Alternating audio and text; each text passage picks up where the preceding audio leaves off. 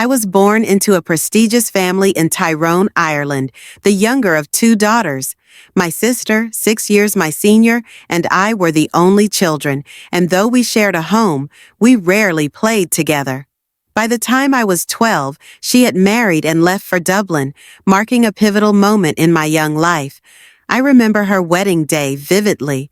There was laughter, music, and joy filling the air. Yet I felt a deep sadness. As my sister left with her new husband, Mr. Carew, I couldn't hold back my tears. She had always been kind to me, far kinder than our mother, and I couldn't help but feel the sting of loneliness as she departed for her new life. My parents, who had always hoped for sons, were indifferent to me. They barely took notice of my presence, and I often felt invisible in their eyes. Not long after my sister's marriage, a letter arrived from Mr. Carew. He wrote that my sister had fallen ill and wanted to return to Tyrone to stay with us for a while. Though I was distressed by her illness, the prospect of her coming back brought a sense of joy. "They'll be here Tuesday evening," my father informed me, though I noticed his indifference as he said it. The day dragged on, and with each passing hour, I listened eagerly for any sign of their arrival. Nightfall came, and still, no sign. At 1 a.m, I heard a distant noise, something faint but unmistakable. I ran to the living room, excited, and called out to my father. "They're here!" I shouted, my heart racing. We opened the door and stood, waiting.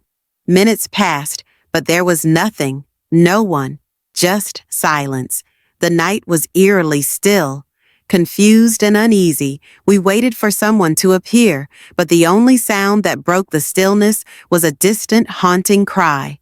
We called out, but the noise vanished into the darkness. No one was there. The next morning, a man came to our door with terrible news. My sister had died at the very hour we had stood waiting. The weight of that moment crushed me. She had passed away in the night, alone, while I stood outside hoping for her return.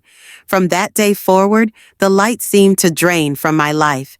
For the next 2 years, I withdrew into myself, consumed by grief.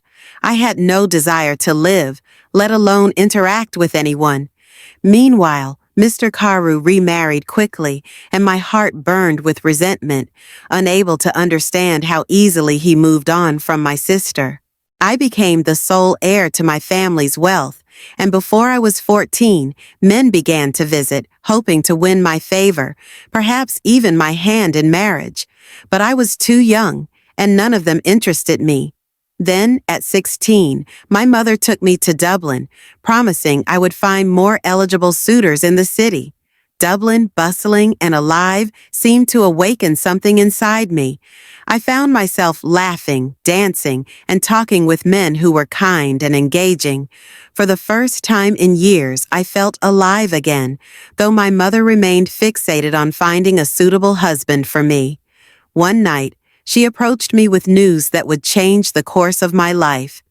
"Do you know Lord Glenn Fallon?" she asked. I sighed, thinking of the older, unattractive man from Karilla. "Yes, I know him. He's the one from Karilla, isn't he?" I replied.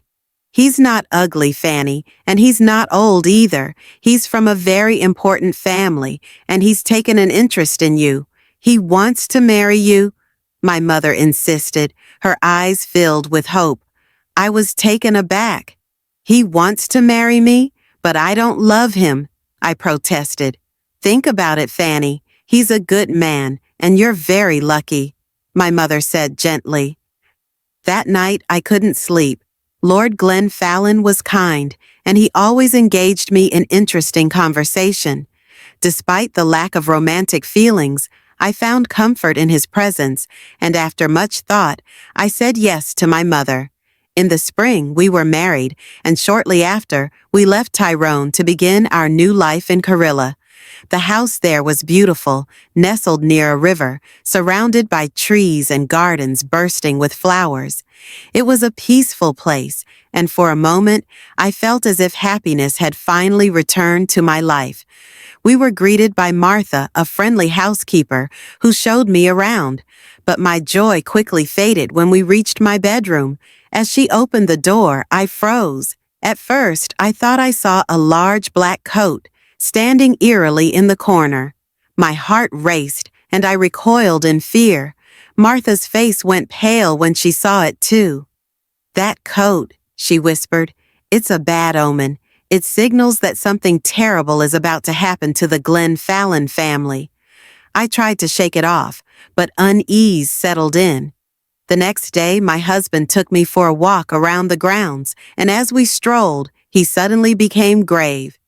"Fanny, there's something I must tell you," he said, his voice tight with apprehension. "Never go into the rooms at the back of the house.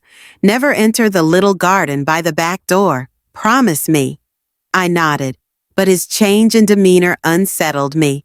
Over the next few weeks, a sense of foreboding grew. Then, one afternoon, I encountered the woman.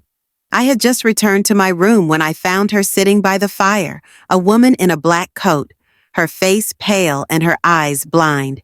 "This is my room," I said, startled. "No, it's not," she replied coolly. "Tell Lord Glenn Fallon I need to speak with him." When my husband arrived, he was furious. "Forget her," he insisted. "She's nothing." But I couldn't forget her, nor could I ignore the strange behavior that followed. Lord Glenn Fallon grew distant, retreating into his thoughts, his once lively eyes clouded with fear. It wasn't long before the truth came to light. One night, the woman returned, this time holding a knife. She told me I was not truly Lord Glenn Fallon's wife. The woman in black, she said, was his first wife, now dead, but not gone. Terrified, I confronted my husband. He denied everything, but his words rang hollow. Soon I sought the counsel of Martha, who revealed the truth. The blind woman was a ghost, the spirit of Lord Glenn Fallon's first wife, murdered under mysterious circumstances. Some said he had killed her, though no one knew for sure.